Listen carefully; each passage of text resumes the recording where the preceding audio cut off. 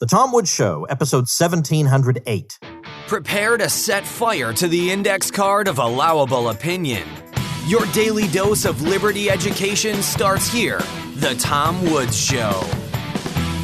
Folks, police abuse is being talked about all over the country, but what is sadly missing is a libertarian perspective. And you can get that in my brand new free ebook, The Problems with the Police and How to Fix Them, a Libertarian Perspective. Pick it up at problemswithpolice.com. Hey everybody, Tom Woods here. I have a real treat for you guys, and I think most of you have not yet heard this. But believe it or not, up till recently, I had never done an AMA, an Ask Me Anything.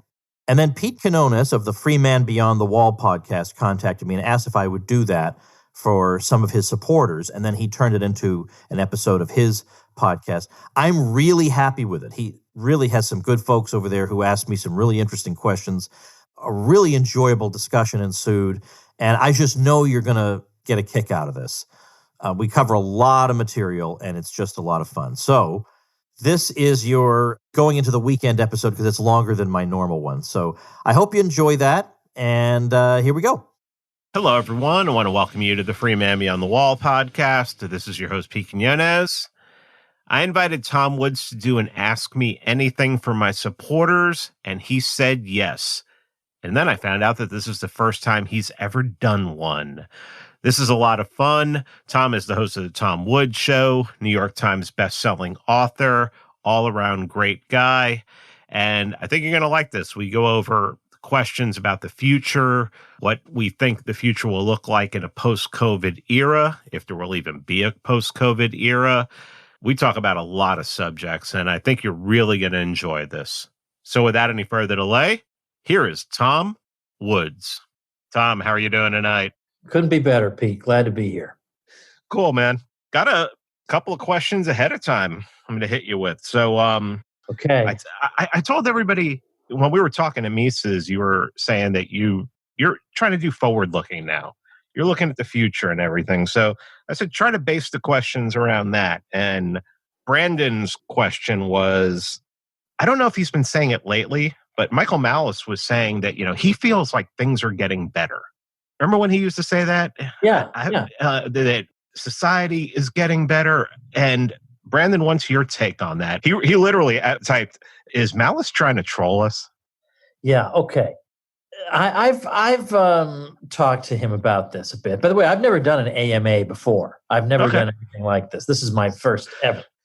And that's a tricky one because we can all understand why you might think something like that. Even though at first you think that's impossible, as soon as he explains it, as soon as he says, well, yes, I know that right now we're dealing with big tech companies who are suppressing the free flow of information, but the fact remains that I can get a book by Mises into the hands of anybody anywhere in the world anytime I want.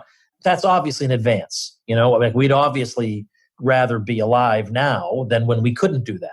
So I think he's thinking things like that. And that there are still, even with all and so I don't want to downplay it, but even with all the suppression of dissident voices, there's still way, way more dissident voices than we ever had. I mean, during the Vietnam War, you had to rely on 3 TV networks, pretty much. Maybe the anti-war movement would have gotten going a lot sooner if we'd had something other than Walter Cronkite on television. So from that point of view, I don't think there's any arguing with him.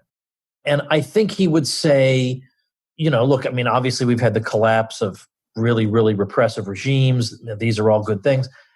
But I think since I first heard him say that, I think things have started to go down a road that I don't think either one of us anticipated. Like, for example, now I feel like the rest of my life I have to be worried that if another mild virus comes along, my life could be upended again. And then, unfortunately, I guess I lose another 5 years of my life and I'm not allowed to do anything then. And everybody guilts and shames me into not doing anything. I think that is a problem. And that's a problem we did not have 50 years ago. And a problem we did not have 200 years ago. Now, we didn't have health delivery mechanisms as good as we have now, but I would have taken my chances 50 years ago with just not doing anything and see, because then at least we wouldn't have had all the side effect deaths that come about when you closed down society. So that's a big one, that right there. And again, I do think that one of the great early promises of the internet is in danger of being undermined by the clamping down on the free flow of information. So yes, the internet is better than no internet. Even the crippled internet is better than no internet. But it just seems like the direction of the past few years has been not as favorable as the ones in which I was talking to Michael about this. So I don't know if he would modify his view slightly, but I guess I agree with him as far as it goes, but there's a big asterisk next to it.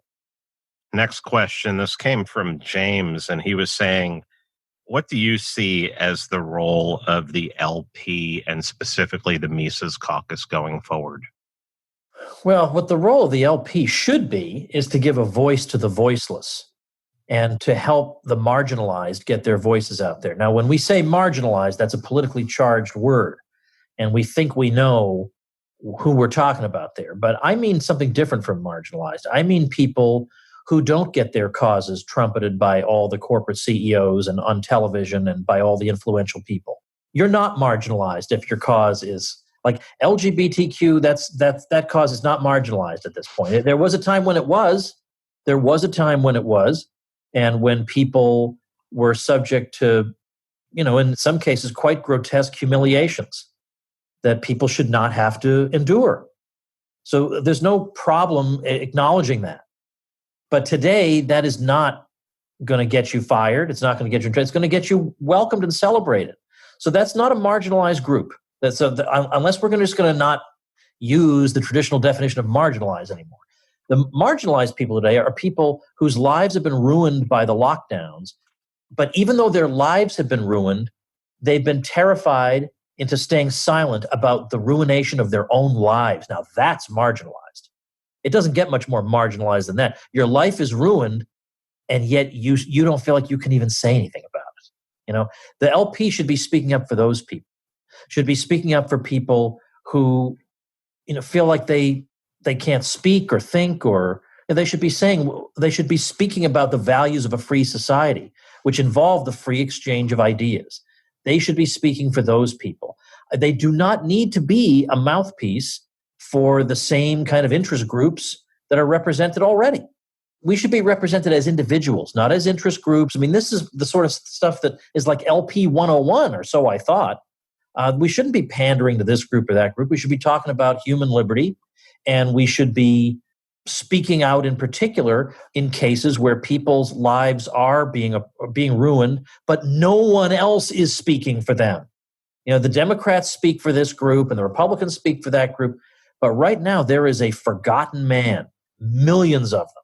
Nobody's speaking for it. The Democrats think you're a horrible person even for thinking about getting your livelihood back or wanting to follow your dreams and aspirations. And the Republicans are too cowardly to do anything about it. So half of them will shame you too. I'd like to see the LP fill that gap. Now, the Mises Caucus, I hope, will be pushing the LP in that direction. And given that it's been around for just a couple of years, it's made tremendous progress in that couple of years. I mean, probably at this point, a third of the party is Mises Caucus. Mises Caucus is disproportionately young, present company accepted, disproportionately young and energetic. And there are a lot of old kind of functionaries still in the party, but the energy and the recruitment and the enthusiasm seem to be with the Mises Caucus. So I think the future is good for them. And I'm sticking around. Braden has a question, and he's saying this is not a COVID-related question. He's not framing it in relation to COVID. Okay. Are you seeing any countries or states moving in a direction that you find promising? Boy, that is a good question. The thing is, even though I travel, I don't follow other countries politically as closely as I should. It seems like if there was something really great going on, my attitude is someone would tell me about it. I would find out through my folks one way or another. So I don't know the answer to that question. But even though this isn't a COVID question, it seems like we ought to give some acknowledgement, especially to Kristi Noem in South Dakota. I mean, she took abuse like you wouldn't believe. Like, she was opening up her state to mass death. And Rachel Maddow condescendingly told her, it's an infectious disease. Yeah. And I also know it kills almost nobody under normal conditions. It's meatpacking plants and old folks' homes and, one or two other places are mainly where it's happening. So, yeah, there was a meatpacking plant, and that was about it. They basically did fine. They didn't destroy people's livelihoods in South Dakota, despite all the abuse she took. So I have to feel like that's just a good sign. And so a few weeks from now, we're going to go on a trip to South Dakota because I want to go to a place that's semi-open, and I want to reward them for being sane. Like you did here in Georgia in early late Darn April, right. early May. And I visited Mr. Pete Quinones himself. All right, here we go. Do you think Trump will retaliate against Twitter, Facebook, considering they're blocking tweets? And I think they shadow banned Don Jr. Does Trump have a legitimate case to make in going after them? Okay, well, those are two different questions, aren't they? Okay, so do the first one. Yeah. Yeah, 2 parts. To do it. Now, the trouble with Trump is that he can be quite erratic from one day to the next. He can look like he's going to do something and then back off. I mean, for example, it looks like he was talked into a strike on Iran that he walked back. Presidents don't do that. When we tell you to bomb, you bomb. So if even that we couldn't predict, this is going to be hard to predict. My instinct is if he was going to do that, he would have done it already. But, he's a wild card. So it's hard to know. Now, whether he's on solid ground is another matter because, libertarians have all different opinions on this. And to me, whether he's on solid ground really does boil down to whether it's in line with what we believe. Otherwise, what are we doing here? And so there are people who say, they either say these aren't really private companies. I'm not sure I buy that argument, to be honest with you. I think that's kind of an argument from desperation. There are other people who say they're violating their own terms of service, in which case something should be done on some level because that's the implicit contract they have with the public. And if they're just arbitrarily throwing people off, without reference to the terms of service or being extremely vague and they won't even tell you what they're doing, well, maybe there's something that can be done there. But really what Trump needs to do, it seems to me, is endorse one of the competitors to Twitter. Because what would do more to get millions of people on a competitor to Twitter and faster than having the most prominent person in America endorse it? Go there. And he'd have to go there. And go there. And so, you and I, Pete, we occasionally, from time to time, we get invitations to try out this new social network and that one. And if you and I go on there, maybe a few hundred people will come over there with us. But, sometimes we're not sure it's worth our trouble. But this would make the change. If he did that, that would do it. That would establish a competitor. He has it in his power to do that. And he can do that without violating the non-aggression principle. It's win-win. Yeah. James says Trump might be too dumb to know if he's promoting a honeypot. Like a lot of people are saying, like Parler, this new thing, you have to give all your personal information and it's like a copy of your driver's license, and it just seems it seems like the like something the NSA would dream up. Yeah, I've heard that too. But I bet for every Gab and Minds and Parler that's out there, there are probably a dozen lesser known ones that are just struggling to get off the ground that don't have those drawbacks. Any one of them would work. Yeah, true. This question comes from me. I was speaking to our friend Jack Spirko the other day, and he informed me that there's a site in North Carolina that you have to go to tell the state that you're planning on homeschooling. Well, recently that site crashed because of over traffic. Do you think that, and I know that education is near and dear to your heart, do you see anything promising coming out of what happened in the last 5 months as far as education going forward? Yeah, it's a silver lining, maybe. I hate to attribute anything good to what's happened over these past months, but as an unanticipated silver lining, I think a lot of parents discovered how little time their students actually spend learning anything. That in some cases, their students are able to get everything done in an hour and a half or 2 hours. What am I sending them into prison for 7 or 8 hours a day for? Did enter the minds of some people. And then secondly, I think for some people, given the way some schools are planning to open, which are dystopian in some cases with social distancing and masks and staggered schedules and things that even worse, that just break the child and destroy this what little social aspect there is. I think some parents are saying, well, let's say my choice is that, or some hybrid thing where they're partly there, partly at home, or educating them from home via the school, or just doing homeschooling. And I think some of them are saying, well, if they're not going anyway, because in some jurisdictions, there are a lot of options. You can stay home, you can do a hybrid thing, you can go to school. We might as well just go the whole way and homeschool. Let's give it a try. So I think I don't know how big it'll be, but I will say that obviously I promote the Ron Paul curriculum, and I promote it as an affiliate.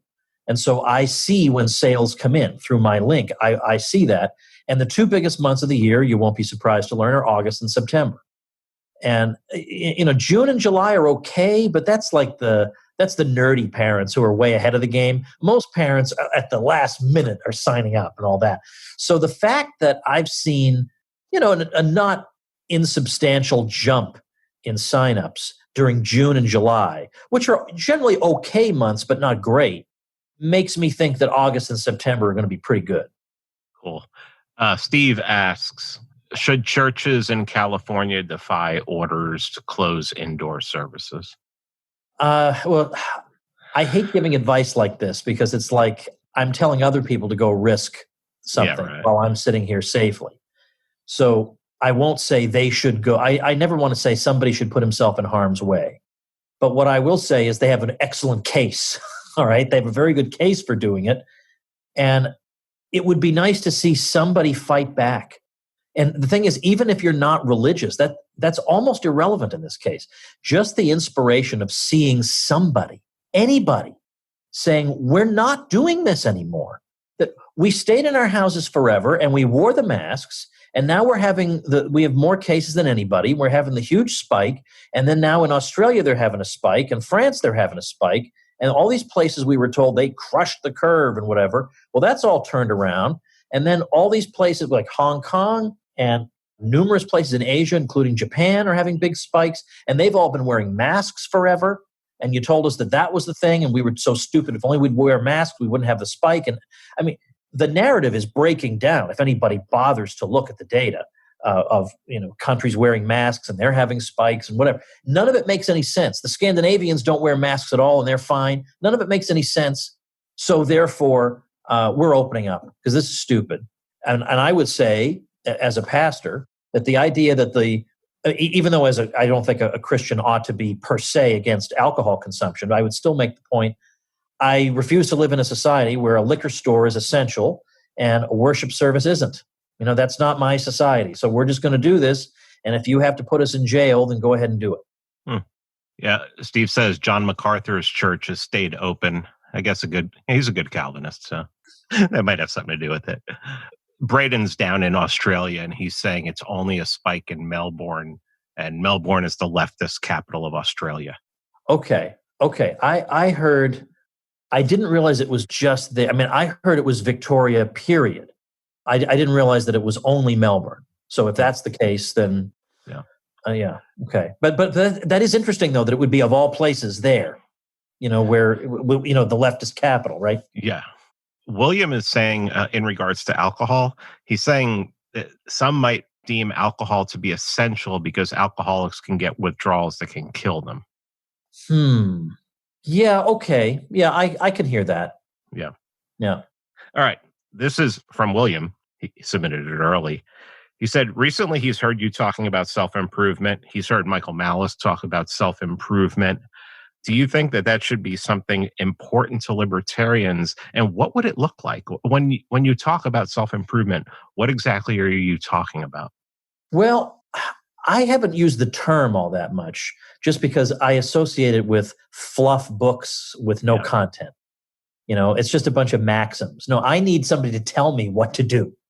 You tell me what to do that will improve my life, and I will go do it. So when it comes to that, I mean, I can speak only for myself. I don't know what Malice is up to, but some of it, of course, is the unexamined life is not worth living, that you gotta do a full inventory of yourself and be brutally honest with yourself in a variety of different areas. So, I'm 47 and shortly, so we're doing, can you believe I'm asking this? Obviously, people are on this live. Are you going to be making this available to your supporters? I'm going to release it as an episode eventually. Oh, okay, as an episode eventually. All right. So I'll just say that we're recording this in late July. My birthday is August 1st. So cool. I'm just about to turn 48. And just about 4 months ago, I started going to the gym for the first time in my life. 47, started going for the first time in my life. And that was a thing where I just kept saying, I haven't got the time. And I thought, then I looked around at my life. You're a friggin' podcast host. Of course you have the time. If you don't have the time, who would? Right? So that was one thing. I thought, I have to think about my health and all this stuff. But also for me, it's also been, re-examining some long-held views on a lot of things. I'm going to be deliberately vague about this because you can only get the details if you belong to the plutonium level of the supporting listeners group, which does not, up to the Tom Woods Show, which does not exist yet. It doesn't exist. But Pete, the next time you and I are together in person, I will tell you exactly what I'm talking about now. Okay. But, I don't know. I hate the word judgmental because everybody makes judgments and judgments are necessary to life. I mean, this is why we have judges after all. What do judges do? They make judgments. Nothing wrong with judgments per se. But I mean, I did have a tendency, I think, to draw sweeping conclusions about people based on their appearance or their background or whatever, and think I knew everything there was to know about them on that basis. And then I've had the great privilege of meeting a lot of people, really getting to know a lot of people who fit certain stereotypes, and yet they're not what I thought. And so let's just say I'm just a much more laid back and open-minded person than I used to be. And that's not a bad thing. A lot of times people say they're open-minded. They don't really mean it. They mean, I welcome all ideas that I already accept. That's how open-minded they are. But I think I'm genuinely open-minded at this point. And this has meant that it's been possible for me to connect with a lot of people that I would have walled myself off from in the past. And the result has been I've made a lot of new friendships and had some great new relationships I wouldn't have had before. So I don't know. I think it's been a kind of a middle-aged mellowing for me. And I've tried a lot of new things that I hadn't tried before. And I've listened to a lot of new music that I would have dismissed. I would have dismissed that I already know everything I need to know about it, and it's terrible, and it comes from the devil or something. And so I know that's a little bit vague, but I don't know. I hope a little something creeps through there. Even though 2 weeks ago we were having lunch and you said to me, and I told you my opinion on something, and you said, "Oh no, I thought you would have thought this and this and this." Yes, right. I know. I was dead wrong. See. Let's see. Joe's all the way up in Canada. I think Joe's way up in Canada, actually, from what I understand. He said Sweden had 1 death yesterday. And, Sweden's the place that didn't do anything. So, everyone's dying there. Canada had 11 alleged COVID deaths yesterday. And he said some of the biggest cities in Canada are going to enact mandatory mask regs on your birthday. It's not like it's so important to do. It's so important you don't do it right now. You wait until Saturday. Yeah. Yeah, that is weird. Yeah, I mean, so Canada's a great contrast with Sweden because they're not going to impose masks on the public. And by the way, the mask issue is not really my issue. I don't like anything being imposed on people. I agree with that. But I don't rule out the possibility that masks could be effective. I don't know enough about that. And I want to be on. I don't want to feel like, well, I read 3 articles on the internet and that's all I need to know about masks. I'm never going to really feel qualified to speak on that. So it's possible that they could help. But I would just say anecdotally, it doesn't look like it's a slam dunk the way people thought it was 2 weeks ago. So the mask, it's more, I wish if we could take half the energy people have poured into mask mandates and opposing them and pour that energy into opposing being locked in your house and not being able to open a business fully, I would be much happier. My thing lately with the masks is what I've been going on about is that they're going to keep it going to the point where people are just completely sick of them and they're willing to do anything to not wear them. And that'll be right around the time the vaccine comes out, and that will have people begging for the vaccine, which I have an episode releasing tomorrow about the vaccine war that's going to come, especially since this is being rushed to market. You know how long it takes the FDA to allow stuff to come to market, and this is being rushed to market. And apparently it's going to be, they've never designed a vaccine like this before. And I have this just theory, putting on my Alex Jones hat, that they're going to keep the mask going until that, so that people will be like, I'll do anything to get rid of this mask. Go ahead, just put the needle in my arm. That's not impossible. I think that they'll probably want to keep some other restrictions going, so that again people be begging for the vaccine. I just want to see outright defiance of it at this point.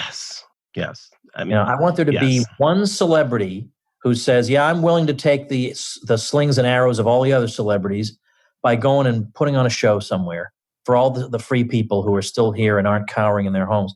I saw now I don't know the exact terms of it, but I was on Twitter and I saw a tweet from Alex Berenson, whom I follow closely because he's been very good on not panicking people about the virus. And there was a survey done of 1,000 people in several different countries, and they were asking, what percentage of your nation's population do you think have died of the virus? And in the US, the answer was 9%. People think 9% of the public. So that would be about 30 million people. Jesus. So yeah, of course we can't seem to make progress with these people. They are living, the media has put them onto another planet.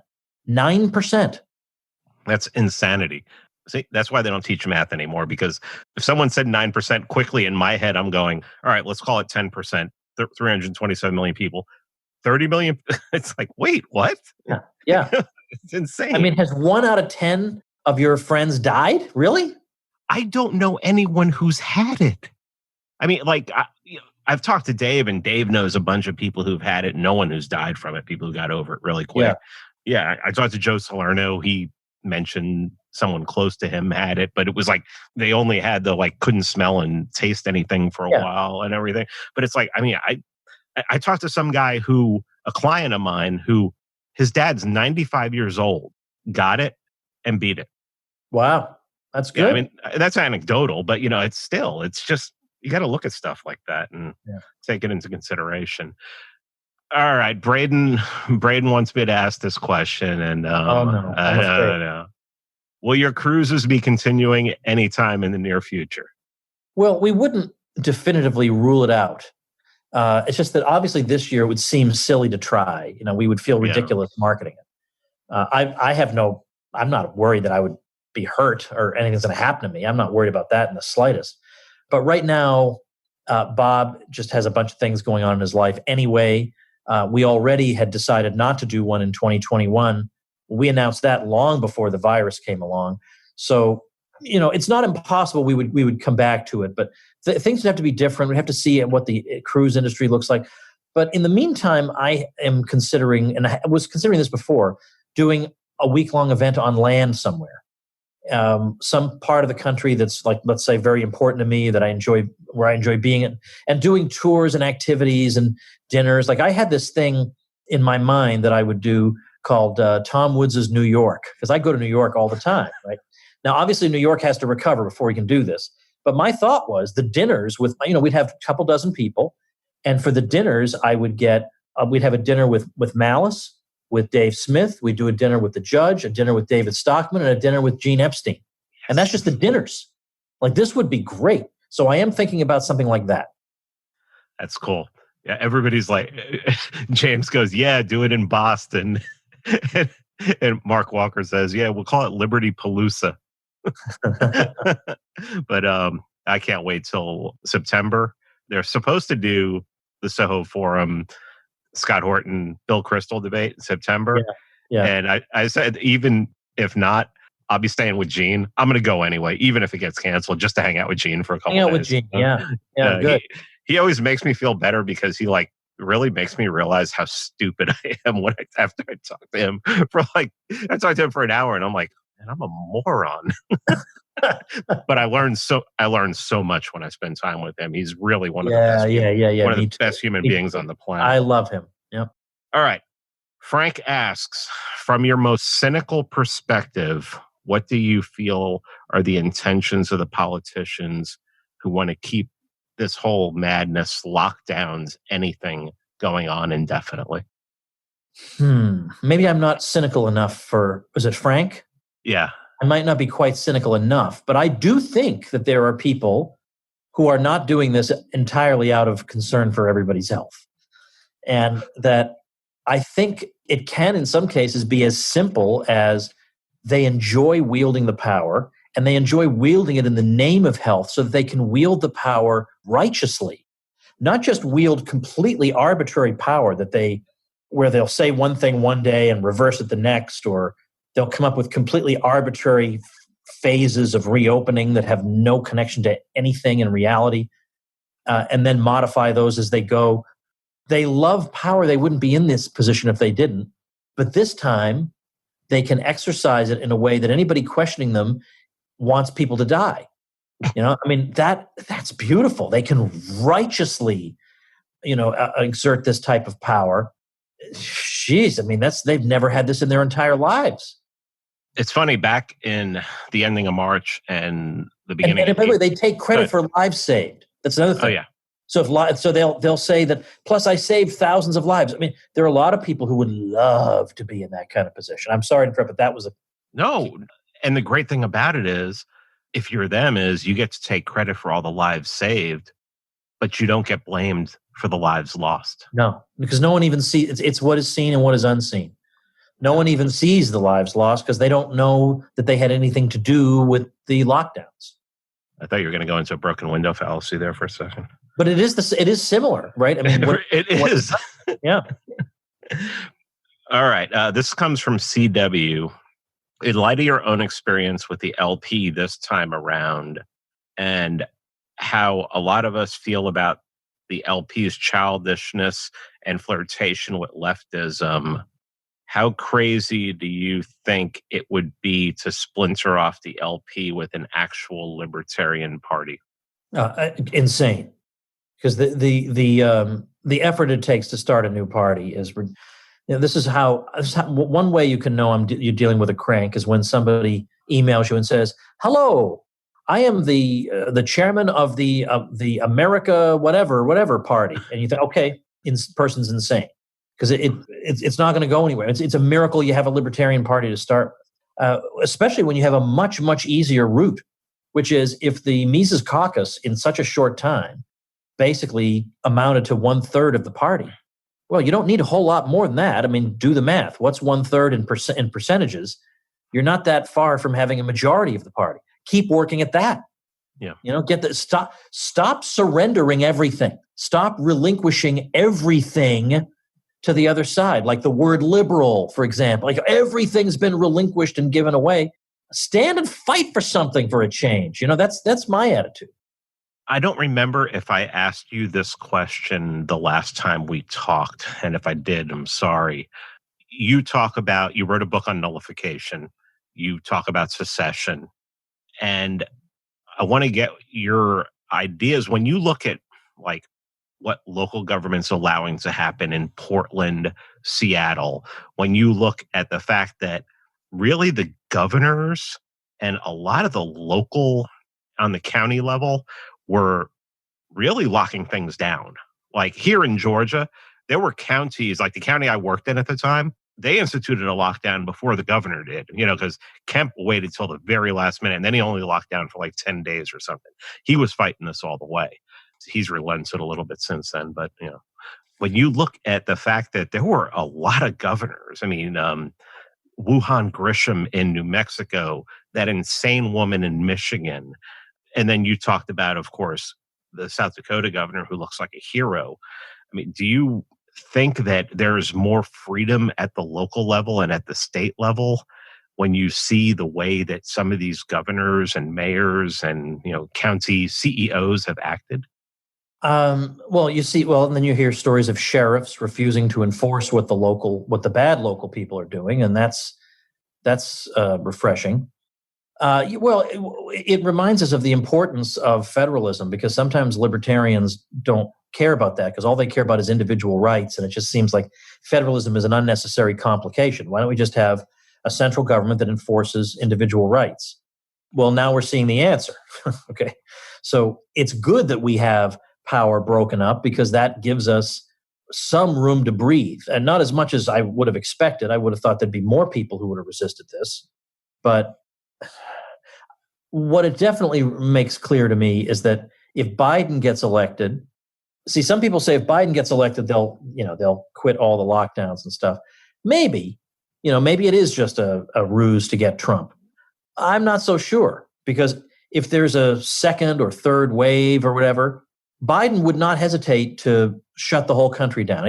Now, it's so funny how the lockdowners suddenly became strict constructionists of the Constitution when Trump threatened to open the country by fiat. But apparently you can close the country and there's no constitutional objection to that. You just can't open it. What?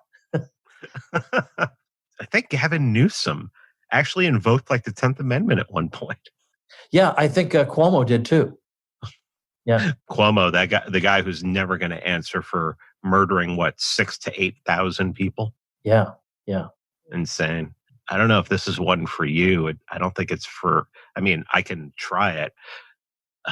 Any ideas on how to fix or address the problems in the foster care system? I just don't know anything about it, I'm sorry to say. I mean, I've done an episode with some people who've fostered a lot of kids. The department that's over that is Child Protective Services. They have no oversight whatsoever. They answer to themselves. And it's this insane bureaucracy. And really, someone's saying that was a great episode, and it was. And it had nothing to do with me. It was just this amazing couple who's trying to save kids' lives, and the insane bureaucracy they have to go to in order to do it. I mean, it's crushing. It's horrible. All right. So talked about states' rights. We've talked about COVID. Let's talk about what's going on in the streets, man. It's hard to know on the ground what's going on. Like when you look at what's happening in Portland, I hear stories from people who have actually gone down there, and they say it's really not. It's like literally like a 2-block area that all this stuff is happening in.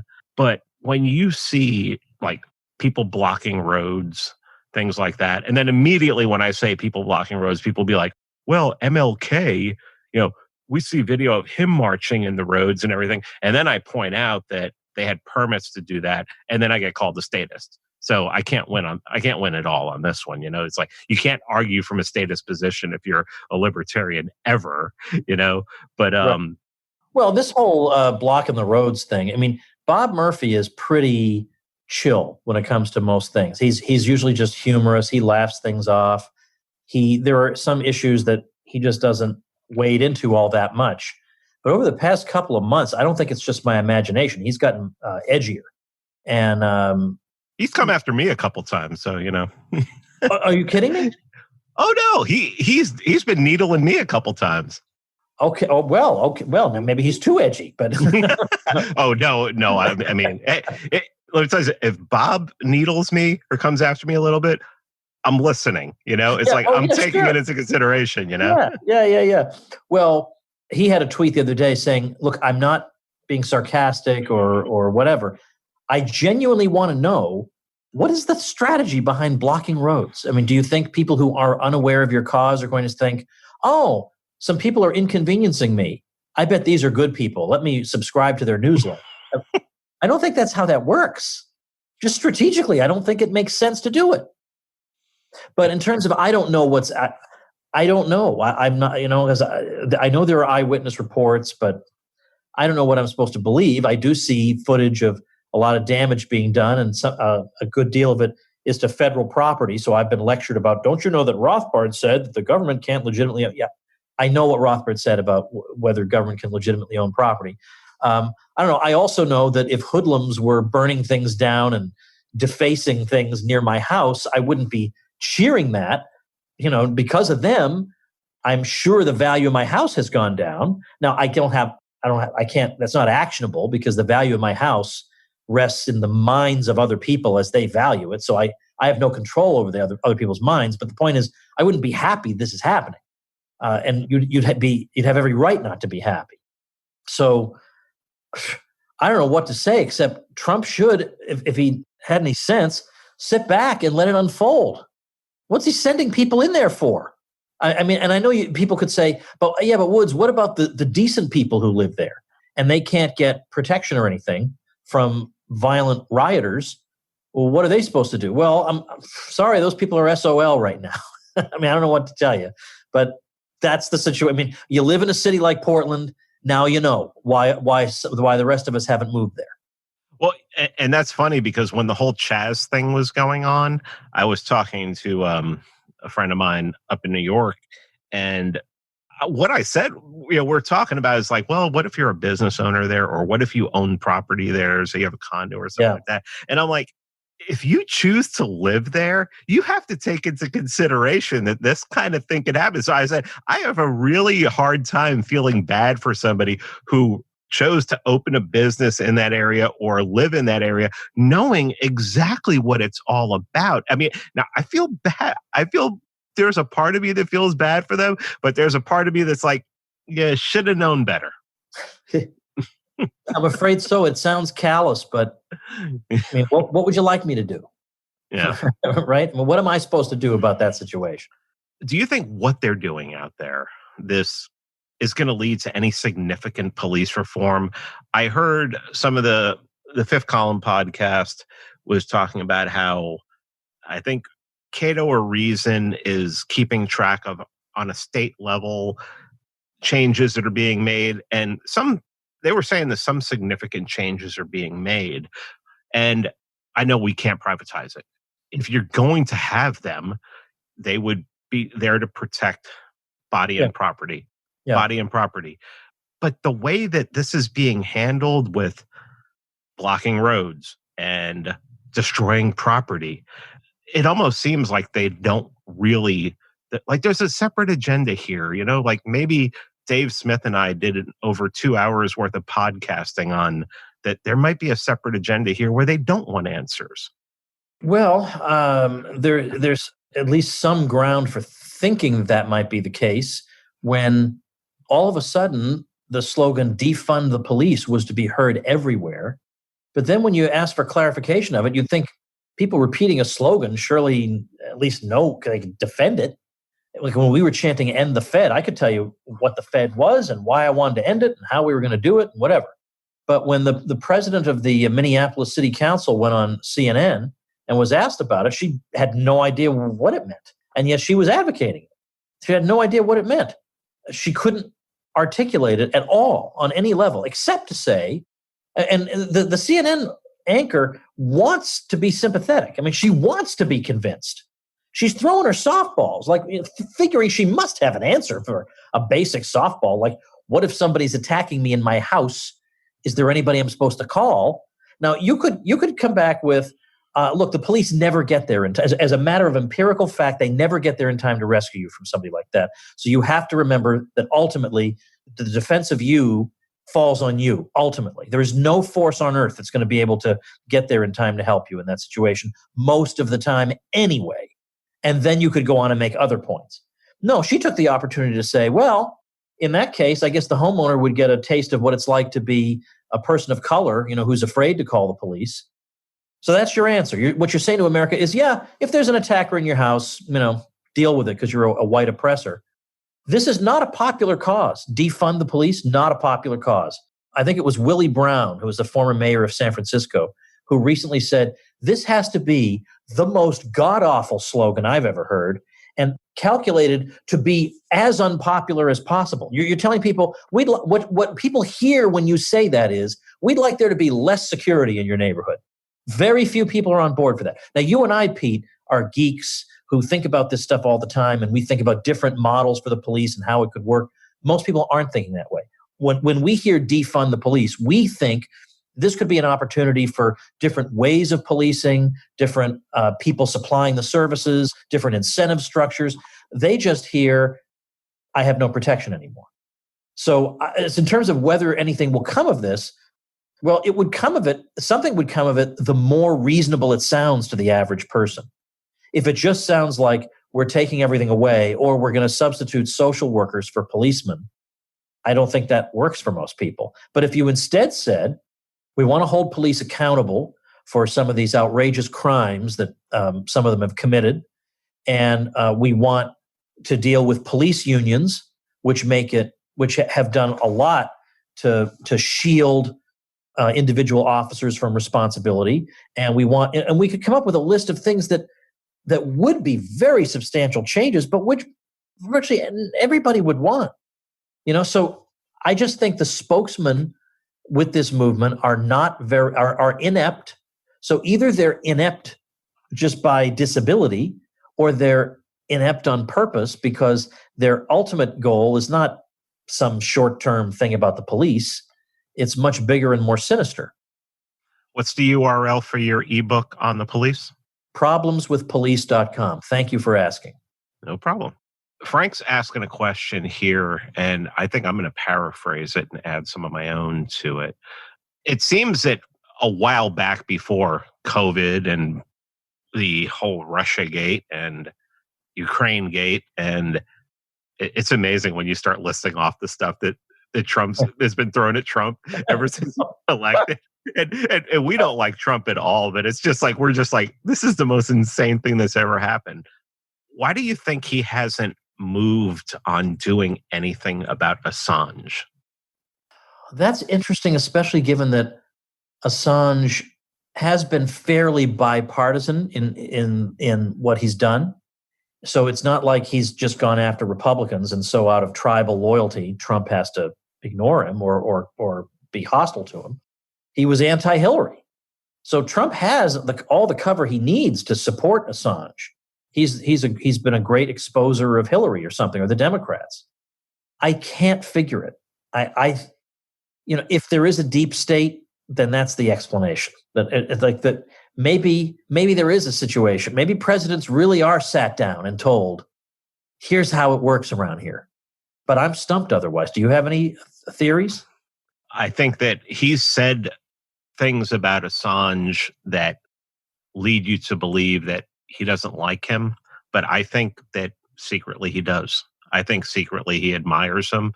I think secretly he sees him as a success. Yeah, he loves successes.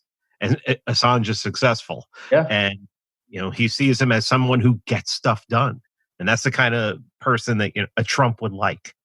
So, I don't know, maybe I think he just likes him. But it would be nice if, say, on, November 3rd, that Trump, or November 3rd or 4th, I can't remember, that he gets voted out. I would love to see him give a blanket immunity and pardon to Assange. Yeah. Ross Ulbricht too. That would be nice. Yeah. All those, Chelsea Manning, gets thrown back in prison again after being. I mean, it's the insanity of these people. The only time that you get in trouble for blowing the whistle in this country is if you blow the whistle on the government. It's on the state. Yeah. It's amazing. Yeah. So Joe, who's one of the funniest people that I interact with, says, I consider myself a victim of COVID because I can't partake in the anti-Krugman cruise. The horror. Really, I've run out of questions. Oh, okay. Yeah, no one has any other questions here and everything. So should we taunt them a little? I mean, I would think that these would be much smarter people. Yeah, in my interactions with them, I think that they're actually very smart, and I know some of them. Well, it's not a question of not being smart. It's hey, can't you do better than that? Whatever. Just make fun of them in some way. As a kid who was made fun of in school, I'm very good at this now. Well, no, but James Gentleman says he has a question in Patreon. Do you have a special thing there? I did ask him a question. Well, I will ask this question because... no new books in the works to Frank. I'm not working on books. Okay. And, so James had a question. Okay. Multi-part question. Of all the entrepreneurial opportunities you promote, which is the most lucrative in the long and short term? And is it too late for a no-name libertarian to start a successful libertarian brand, one that would actually attract an audience? Okay, so two different questions. So the answer to the first one is there are several that I think are tied. So some people are doing pretty well with print on demand stuff, and there's a science to that. It's not just take a t-shirt design and throw it up there on the internet. I mean, there's a science to it. So, and I have one of my listeners has just, at my urging, has created a training program showing how he does that. So that would be something. That's something. There are some people who are very good in e-commerce, and that does very well for a lot of people. I'm dipping my toe secretly into something else on the side to see if it works. Nobody knows I'm doing this because I'm not doing it under my name, but I have a Facebook page for it. I'm not revealing what it is because I don't want libertarians to show up and screw it up. I don't want them to say, oh, this is Tom Woods', but no, I want to do this without the Tom Woods name to show that anyone can do it. Okay, so I have I'm working on with products in the health niche as an affiliate to see if I could build up an affiliate site in record time with no name recognition at all. So I am trying that right now. Now, in terms of could you start up a libertarian brand at this stage of the game that would attract an audience, the answer is clearly yes. And right now you are looking at somebody who did exactly that. I mean, I think Pete has one of the top libertarian podcasts there is. And I'm not saying that to flatter him because he's sitting across from me virtually here, but because it's true. I mean, I'm thinking, now, don't have your feelings hurt if I don't mention your podcast. Malice's podcast, You're Welcome, is not strictly a libertarian podcast, so I won't include him. But there's Dave Smith and there's me. And then there's Mark Claire with Lions of Liberty, and there's Alan Mosley and one or two others. But really, that's the top tier. For my money, Pete's in that top tier. How long have you been at this again? It's a lot of episodes you've done. June 2017. Okay, so it's about a little over 3 years. So that's a lot of time. But would you say overall you've enjoyed doing it? This is one of the only things in my life that I enjoy doing. And I've explained before why I started a podcast I started a podcast just because out of hubris, and I thought I was smarter than everyone else. But once I got done with my whole, I'm going to tell you everything I believe and what you should believe, I started doing interviews. And immediately what I realized from doing interviews was I was going to learn so much from talking to people. And that's where, I mean, I was one of those people 3 years ago, one of those libertarians who was just,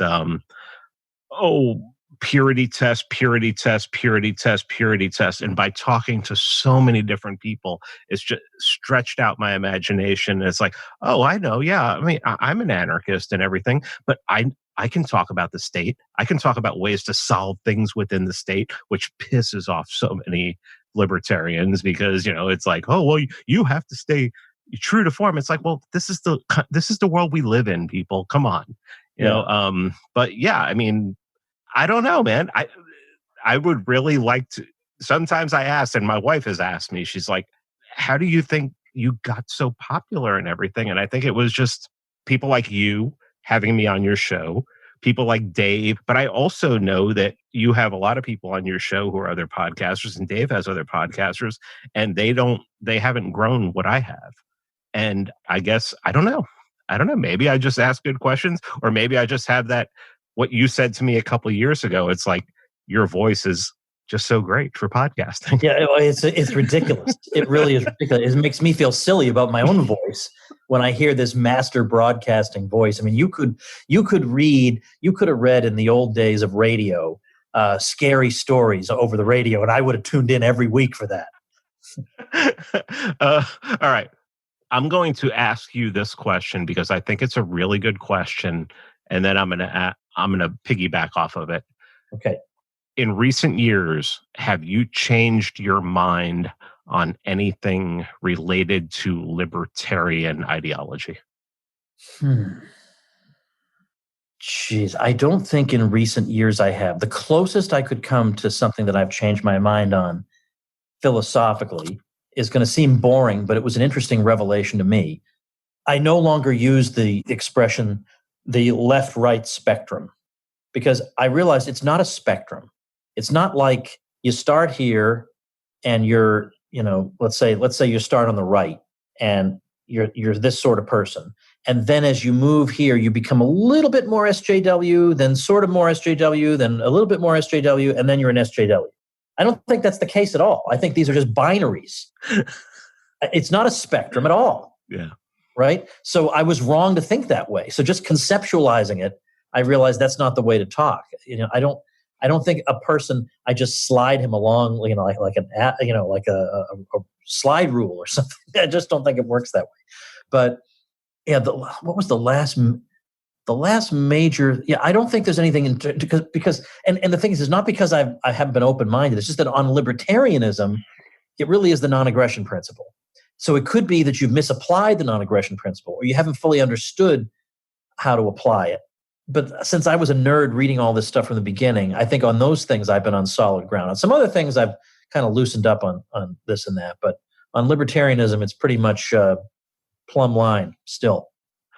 I'm going to bring this up in relation to that question because Per Beelin and I were going back and forth talking about this today because I was reading some Rothbard, and it's some Rothbard that a lot of people haven't read. It was Rothbard critiquing Konkin. I've read some of their exchange. Yeah. And so I mentioned some of that in the Q&A at the Mises University. That's what I want to ask you about, because yourself and even Jeff Deist in his closing remarks for Mises University mentioned agoraism.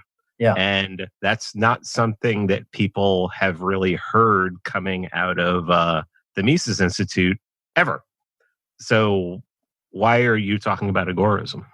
Well, I will say I also talked about, there's a YouTube video, if you Google that term plus Fox News and the name Woods, on a Fox News radio affiliate, I talked about it on their show.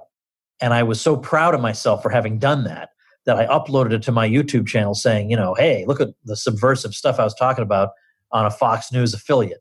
And they want me back. They've been hounding me ever since then to come back. So maybe I'll do that at some point. So it's not like anything recent just for me. It's not the thing I talk about a lot, but I've done a couple of episodes on it. But I talk about it now because, first of all, just to make sure everybody knows what we're talking about, the idea is, just as all libertarians believe, there are basically two ways we can arrange society when you get right down to it, through force or through voluntary agreements. And voluntary agreements are what the market is, and force is what the state is. And so we want to expand the range of voluntary agreements. And so what that means in this system is that you seek out areas where you can engage in mutually advantageous trade with somebody, even if it's not something the state approves of. So, for example, almost everybody who has a yard sale just keeps all the money. They don't report that on their taxes. Almost everybody goes faster than 55 miles an hour in a 55 zone. So in other words, this isn't some crazy theory that only radicals pursue. Everybody to one degree or another does it. It's just that the agorist wants to do it a little bit more consistently and seek out more opportunities to do it. And so that could mean, Porkfest is an example of that to some degree. And so the idea is, it's what Konkin called the counter economy. And so what he kind of means is like an underground economy, where you are operating outside of the prescribed rules, but you've built up a network where you can do this safely. So, that is now, so what one of Rothbard's criticisms of that was that this can take you only so far. Because one thing about this system is it's entirely apolitical, okay, because it views politics as the opposite of the way we want to live. And Rothbard was a little bit hesitant to go that far because he said, for one thing, I don't see how you could secretly underground be managing heavy industry. I could see how you could sell drugs or something, but it seems like it has built-in limitations. And the second thing he said was, there have been some advances in liberty that came about through the use of politics. And so, he gave the example of the repeal of the Corn Laws in the mid-19th century that helped to establish free trade and bring down food prices and stuff. He said that didn't come about because people were secretly evading them. It came about because Parliament just got rid of them. So he thought we were, that Konkin was moving too quickly to dismiss politics as a mechanism. Hilawe asks, have you ever read Alongside Night by J. Neil Schulman? No, I'm familiar with it, but I haven't read it. Yeah, it's the he has another question, but since you didn't read it and everything. Well, I'll say what I am reading right now is the first fiction book I've read, other than trashy paperbacks I pick up when I'm on international flights just to pass the time. But the only real fiction book I've read in years was at the recommendation of the late Ralph Raico. He always wanted me to read this book, and I never got around to it. And it's by Ira Levin, and it's called This Perfect Day. And we've been reading it. I read it out loud to Jenna at night, and we're 75% of the way through, and it's a dystopian novel. I don't know how it ends. I hope it has a happy ending. I don't think my heart can take any more bad news, but it's worth your time. My friend Ben Armani, when he told me to read Alongside Night, what he told me was, he said, this is the agorist version of Atlas Shrugged. So when I read it, and it's much shorter than Atlas Shrugged. This is about 350 pages, but it really is. It's like it is an agorist version of Atlas Shrugged with Austrian economics and sound money and everything pulled into it. It's really a lot of fun, and it's a good read. What was I going to say? So agorism. I think one of the reasons that I think you said at Mises that one of the reasons you also were looking at agorism is because of, you can see if shutdowns happen again and supply lines get cut off, people may need to go to looking at alternate ways of really getting essentials. I don't know that you went that far, but you intimated that. Yeah. And so what I was trying to say, and I don't know how I got sidetracked, was that you talk about it now because now everything's a crime, and there's so many opportunities to break the law. You know what I mean? I mean, but you get what I'm saying, that there are so many opportunities to find ways to be doing things under the radar of the state. I mean, having dinner with your friends, in some places is probably still not allowed for all I know. And, by doing that, so more and more people are going to be able by the end of 2020 to say, I defied the state on one level or another. And that's at least something. Remember on May 1st when we went out to eat lunch here in a restaurant and we felt like we were doing something wrong? Yeah. Yeah. It was crazy. It's so wild. I'm going to let you go, man. Thank you so much. And this was awesome. And I can't believe it was like you've never done an AMA before? No, I'm too scared of them because I don't know what these freaks are going to ask me. The present company accepted. You have normal people, but you open it up to the general public. Yeah. I mean, I think, do people have to support you to have access to this? Yeah. Okay. For some reason, that slightly separates the normal people from the weirdos. So if I just did like a Reddit AMA, who knows who'd be coming at me? Plus, I don't want to have to deal with some of these jerks who've been gunning for me for years in an AMA. I just don't want to deal with that. Well, that was one thing that somebody said that I'm sorry that scrolled through was, did you see or hear about Eric July just absolutely decimating the loser brigade lately? Oh, yeah. I wrote one of my newsletter issues on when he had somebody on from the loser brigade. And at the end, the guy said, well, you bested me. And I thought, oh, man, that's painful. I mean, Eric pummeled him into the dust. I mean, and they all kind of sound like this. I just want to make sure that you're being a libertarian. I think, oh my gosh, please, can't you just be a normal person in any respect whatsoever? James Gentleman gives us, I take this as a compliment. I mean, he says, I'm glad I skipped Thad. Thad's doing a live stream right now.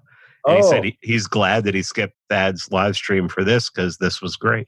Oh, I'm glad. Thank you very much. And I just watched Thad going up against Bob Murphy. And I know Thad had this attitude like, I am crushing Bob Murphy.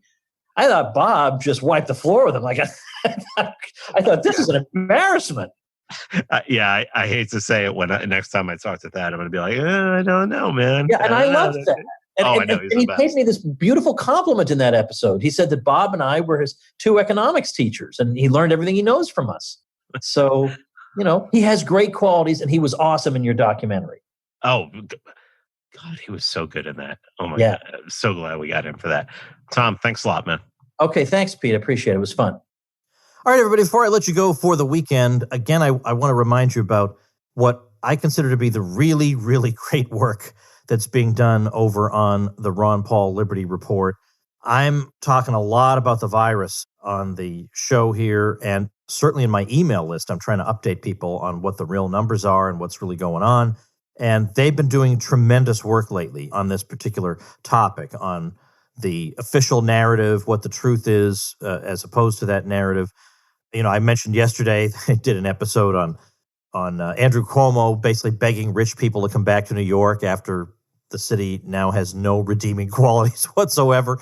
So I highly recommend it. You can listen to it as a podcast. You can also watch the videos on their channel. The program is centered at ronpaullibertyreport.com. So if you're not doing that, that is a great companion to the Tom Woods Show, not replacement for, you understand, right? Could anything truly be a replacement for the Tom Woods Show? But definitely an excellent supplement. ronpaullibertyreport.com. Just great. So there's some homework for you, and I'll see you all next week. Become a smarter libertarian in just 30 minutes a day. Visit tomwoods.com to subscribe to the show for free, and we'll see you next time. Like the sound of the Tom Woods Show? My audio production is provided by Podsworth Media. Check them out at podsworth.com.